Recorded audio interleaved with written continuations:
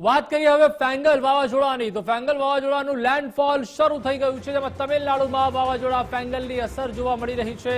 તમિલનાડુ અને પુડુચેરીના વાતાવરણમાં પલટો આવ્યો છે। ભારે વરસાદ સાથે પવન ફૂંકાવાનું પણ શરૂ થઈ ગયું છે।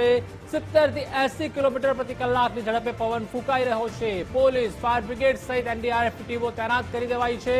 લોકોને પોતાના ઘરમાં રહેવા ખાસ અપીલ કરાઈ છે। ચેન્નઈમાં પણ ફેંગલ વાવાઝોડાને લઈને ભારે વરસાદની શરૂઆત થઈ ગઈ છે। તો ફેંગલ વાવાઝોડાનું લેન્ડફોલ શરૂ થઈ ગયું છે અને તમિલનાડુમાં વાવાઝોડા ફેંગલની અસર છે તે જોવા મળી રહી છે। તમિલનાડુ અને પુડુચેરીના વાતાવરણમાં પલટો આવવાની શરૂઆત થઈ ગઈ છે। ભારે વરસાદ સાથે પવન ફૂંકાવાનું શરૂ થયું છે। 70 થી 80 કિલોમીટર પ્રતિ કલાકની ઝડપે પવન ફૂંકાઈ રહ્યો છે। તો પોલીસ, ફાયર બ્રિગેડ સહિત એનડીઆરએફ ટીમો છે તે પણ ખડે પગે છે, તૈનાત કરી દેવામાં આવી છે। લોકોને ખાસ કરીને પોતાના ઘરમાંથી બહાર ન નીકળવા માટે પણ અપીલ કરી છે।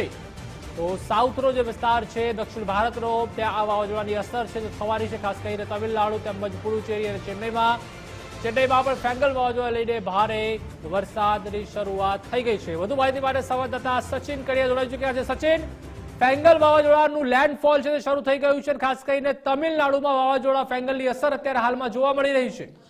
જી, ચોક્કસથી ખાસ વાત કરવામાં આવે તો ફેંગલ જે વાવાઝોડું છે તમિલનાડુમાં આજે બપોરે શનિવારે ટકરાવવાનું હતું અને તેની અસર અત્યારે હાલ ચાલુ થઈ ગઈ છે। 70 થી 80 કિલોમીટરની ઝડપે પવન ફૂંકાવાની શરૂઆત થઈ ગઈ છે। કેટલાક વિસ્તારો એવા છે જે પોંડિચેરીમાં વરસાદ અતિશય વરસ્યો છે, જેને કારણે જે ત્યાંની જે ગવર્મેન્ટ છે, સરકારે આદેશ આપ્યા છે, શાળા કોલેજો ખાસ બંધ રખાઈ છે।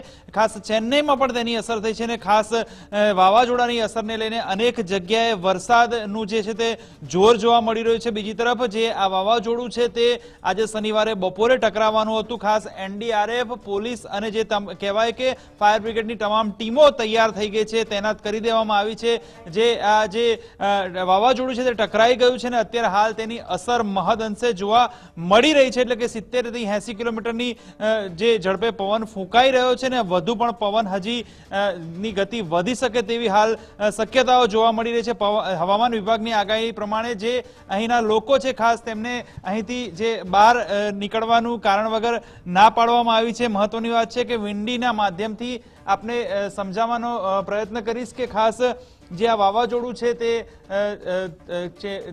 ટકરાવવાનું છે અને જેને કારણે જે વિસ્તાર છે તે વિસ્તારમાં વાવાઝોડાની અસર મહદઅંશે જોવા મળશે। ખાસ તમિલનાડુ જે અને પોંડિચેરીમાં આ વાવાઝોડાની અસર જે જોવા મળવાની છે, ખાસ ચેન્નઈમાં પણ અત્યારે હાલ તેની મહદઅંશે અસર જોવા મળી રહી છે ને જેને કારણે અનેક જગ્યાએ ભારે વરસાદ અને પવન ફૂંકાયો છે। તો ખાસ એનડીઆરએફની ટીમો તૈયાર થઈ ગઈ છે, સાથે જ ફાયર બ્રિગેડની ટીમ અને પોલીસને પણ તૈનાત કરવામાં આવી છે, કારણ કે જે પવનની ગતિ છે તે અતિ તીવ્ર બને તેવી ખાસ હવામાન વિભાગે આગાહી કરી છે। શાળા કોલેજોને 48 કલાક સુધી બંધ રાખવાની જે છે તે ફરજ પડી છે, સરકારે આદેશ આપ્યા છે અને ખાસ એનડીઆરએફની ટીમ અત્યારે હાલ તૈનાત જોવા મળી રહી છે। જી, આભાર સચિન, સમગ્ર માહિતી સાથે જોડાવા બદલ।